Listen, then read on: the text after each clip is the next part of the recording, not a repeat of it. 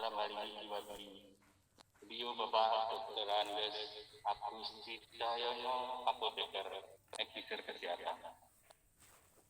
Yang kami hormati Bapak Bupati Kabupaten Semarang, dalam hal ini diwakili Ibu Kepala Dinas Kesehatan Kabupaten Semarang, Dr. Ani Raharjo. Yang kami hormati Bapak Khairul Anwar, anggota DPR RI Komisi 2 beserta Ibu. Yang kami hormati Bapak Ibu narasumber pelatihan pada pagi hari ini. Yang kami hormati Bapak Wakil Ketua 2 Pengurus Daerah IAI Jawa Tengah, Bapak Apoteker Budi Raharjo, Spesialis Farmasi Rumah Sakit. Yang kami hormati para pengurus harian PD Pengurus Daerah IAI Jawa Tengah. Yang kami hormati para ketua pengurus cabang IAI se-Jawa Tengah. Yang kami hormati para ketua organi profesi, pengurus daerah dan pengurus cabang, serta segenap panitia yang saya banggakan. Innalhamdulillah. Segala puji, syukur senantiasa kita munajatkan kepada Allah SWT yang telah melimpahkan rahmat dan barokahnya kepada kita semua. Sehingga di saat yang mulia ini, di hari yang mulia ini, kita dapat dipertemukan untuk mengikuti acara Rapat Kerja Daerah atau Rakerda 2021 Pengurus Daerah Ikatan Apoteker Indonesia Jawa Tengah. Di mana saat ini penyelenggaraan Rakerda PDIAI Jawa Tengah 2021 yang diselenggarakan bersamaan dengan acara seminar, pertemuan ilmiah daerah, dan workshop atau pelatihan. Kegiatan ini kami laksanakan secara daring. Kami mengucapkan selamat berpartisipasi kepada peserta seminar, peserta pertemuan ilmiah daerah dan workshop, serta peserta Rakerda, di mana kita memiliki kesempatan untuk berbagi informasi tentang berbagai strategi untuk meningkatkan kompetensi dalam melaksanakan aplikasi keilmuan kita di tempat pengabdian masing-masing. Melalui pengembangan ilmu pengetahuan ini, teknologi dan sosial budaya khususnya di bidang kesehatan. Adapun jumlah peserta yang berpartisipasi dalam kegiatan ini sejumlah 2.346 peserta yang terdiri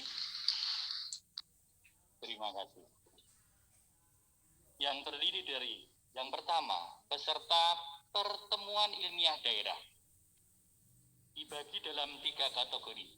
Kategori mahasiswa, kategori praktisi, dan kategori akademisi. Alhamdulillah, kategori mahasiswa diikuti 22 mahasiswa. Kategori praktisi atau wakil dari pengurus cabang diikuti 43 peserta. Serta kategori akademisi 4 peserta. Selanjutnya, peserta seminar dan pelatihan yang kita laksanakan daring mulai hari ini dan besok pagi, tanggal 5 sampai tanggal 6 Juni 2021, sejumlah 2.183 peserta. Selanjutnya, peserta Rakerda. Pada Rakerda Pengurus Daerah IAI Jawa Tengah tahun 2021 ini mengangkat tema berorganisasi yang menyenangkan dan menggembirakan untuk mewujudkan apoteker yang profesional dan bermartabat. Sedangkan tema seminar dan workshop, tema yang kami angkat adalah optimalisasi media digital dan strategi apoteker menghadapi era masyarakat 5.0. Berkaitan dengan tema tersebut, kami menghadirkan beberapa narasumber sebagai pemakalah utama yang akan menyampaikan materi terkait tema utama pada seminar ini.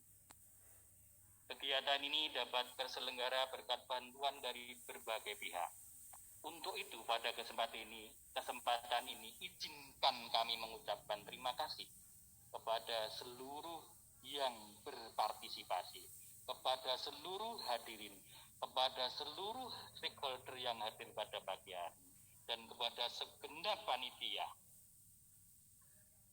Untuk itu kami juga mohon maaf apabila dalam penyajian acara pelayanan administrasi maupun keterbatasan fasilitas, kami mohon maaf yang sebesar-besarnya.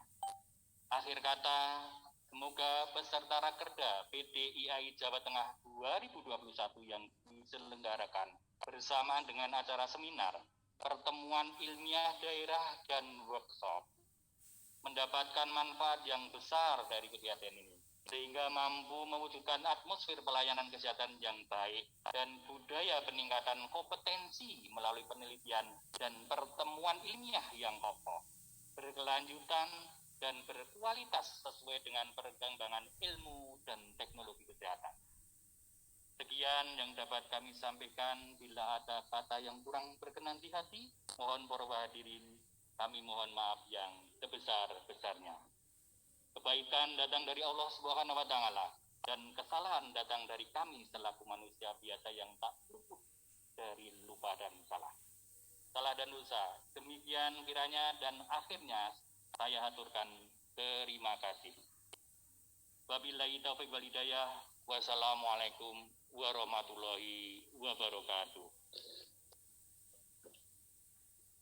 Recording in progress. Tantangan pengawasan obat ya. Kita lihat bahwa yang pertama adalah aspek kesehatan ya. Tentu ini bagaimana kemudian kita dapat menjamin bahwa produk obat yang beredar memenuhi standar keamanan, khasiat, dan mutu. Apalagi di saat ini dengan begitu banyaknya peredaran obat yang melalui online ya. Nanti saya akan sampaikan beberapa temuan-temuan dari Badan POM ya. Kemudian juga tentu dari aspek pengembangan obat dan vaksin ya, kita lihat dengan adanya COVID-19 ini bagaimana kemudian apoteker juga berperan di dalam pengembangan vaksin yang kemudian digunakan baik yang sebelum-sebelumnya maupun yang sekarang ini di dalam masa pandemi ini.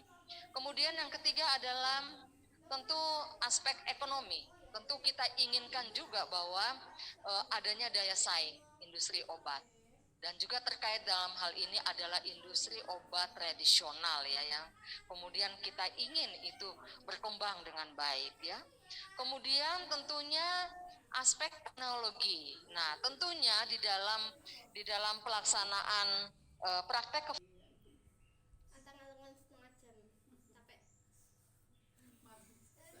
Iki mau duduknya di sana juga. Terus jalan sini. Enggak, bukan mama, cuman mama di sana kan ada acara jadi gak bisa lewat. Tutupan. Ya kan lewat kene metu kono kan bisa. Enggak bisa itu. Enggak bisa. Turun depan berarti ya? Turun depan ya berarti ya? Putar baliknya lewat jalan Kapten Tendan sana, Pandean. Mana maskermu? namanya pengawasan. Nah, WHO menaksir bahwa lebih dari 50% obat yang dijual melalui internet merupakan produk palsu. Nah, ini yang sebagai apoteker, karena tentu terkait dengan obat itu adalah, saya kira yang paling tahu adalah harusnya apoteker ya. Sehingga ini juga menjadi sesuatu, kita bagian dari ini, sehingga kita juga diminta untuk melakukan pengawasan terhadap hal ini. Nah, Interpol menaksir bahwa di beberapa wilayah Asia, Afrika, dan Amerika Selatan, produk ilegal termasuk palsu yang beredar di pasaran dapat mencapai 30%. Ya. Oleh karena itu, sesuai dengan PP 71/2009 tentang penyelenggaraan sistem dan transaksi elektronik, Pasal 35 menyebutkan bahwa ketentuan mengenai pengawasan atas penyelenggaraan sistem elektronik dalam sektor tertentu wajib dibuat oleh kementerian atau lembaga terkait setelah berkoordinasi dengan menteri, dalam hal ini Menteri Kominfo. Ya Bapak Ibu, oleh karena itu maka kemudian Kementerian Kesehatan membuat peraturan-peraturan yang terkait dengan peredaran tentang praktek kesehatan ya, dengan menggunakan elektronik maupun juga Badan POM terkait dengan pengawasan peredaran obat secara daring ya, obat dan makanan. Nah, kalau kita lihat apa saja menjadi risiko peredaran obat secara daring ya. Tentu yang pertama, kenapa masyarakat lebih menyukai membeli secara online ya. Tentu yang pertama adalah praktis ya. Artinya kemudian akses internet, kenyamanan, cepat memperoleh, juga mungkin harganya lebih murah. Kemudian kita memilih produk juga dari satu situs aja kita bisa memilih produk apa yang kita sukai ya. Nah, tentu waktu juga menjadi efisien. Nah, tentu dengan demikian maka high demand masyarakat juga terkait dengan kecepatan atau praktisnya berbelanja melalui online.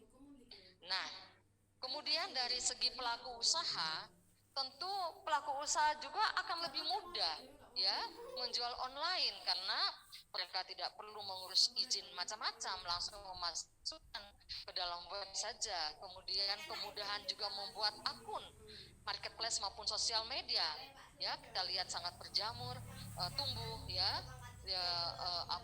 pelaku-pelaku usaha baik perorangan maupun dalam satu corporate yang kemudian memperdagangkan produknya melalui online.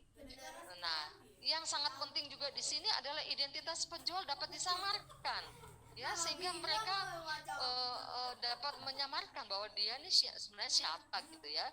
Kemudian tentunya tidak bertatap muka dengan pembeli secara langsung. Tetapi resiko dari peredaran obat secara daring ini adalah tidak terjamin mutu khasiat dan keamanan obat ya, karena bisa saja diedarkan produk-produk atau obat tanpa izin edar yang kita tidak tahu mengenai keamanan dan mutunya ya, khasiatnya, obat-obat yang sudah daluarsa ya, obat-obat yang sudah kemasannya rusak, obat-obat yang tidak disimpan sesuai dengan standar penyimpanan yang tertera pada kemasannya ya, ini semua lebih banyak diedarkan secara online.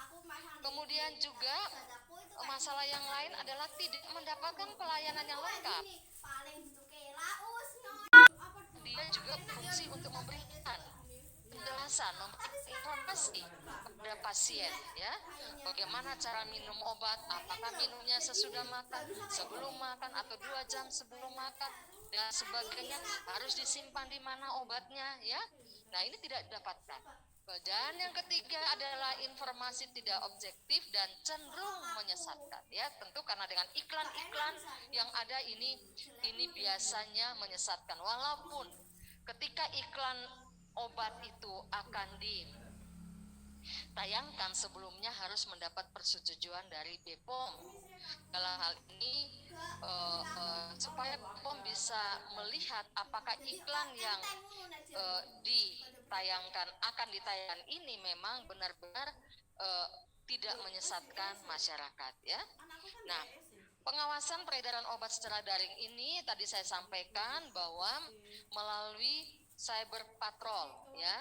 Nah, ini tentunya ada aplikasi ya yang bisa digunakan, aplikasi crawling ini sudah digunakan oleh teman-teman kami di Direktorat Cyber Kedeputian 4 untuk kemudian dengan keyword tertentu kemudian dapat mengumpulkan semua akun-akun yang memperdagangkan obat secara online ya.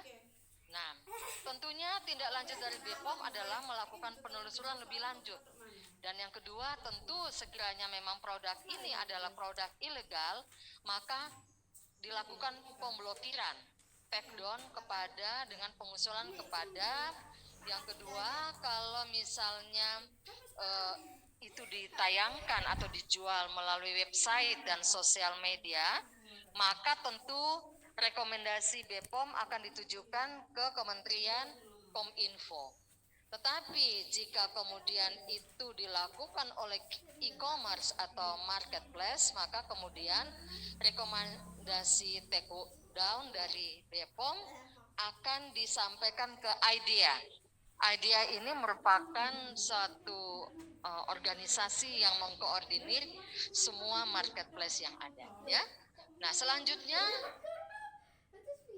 bisa kalau kita melihat pengawasan peredaran obat tahun 2019 via online, ya, melalui online ini, maka yang terbanyak ditemukan adalah narkotika, antibiotik, anestesi, obat-obat tertentu, dan obat disfungsi ereksi.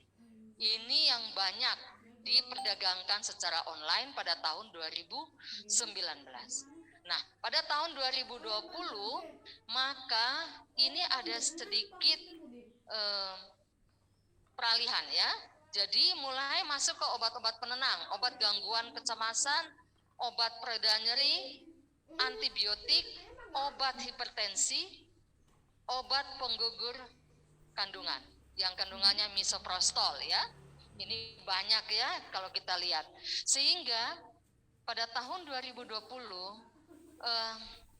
Badan POM telah meminta untuk di take down 21.109 produk, ya.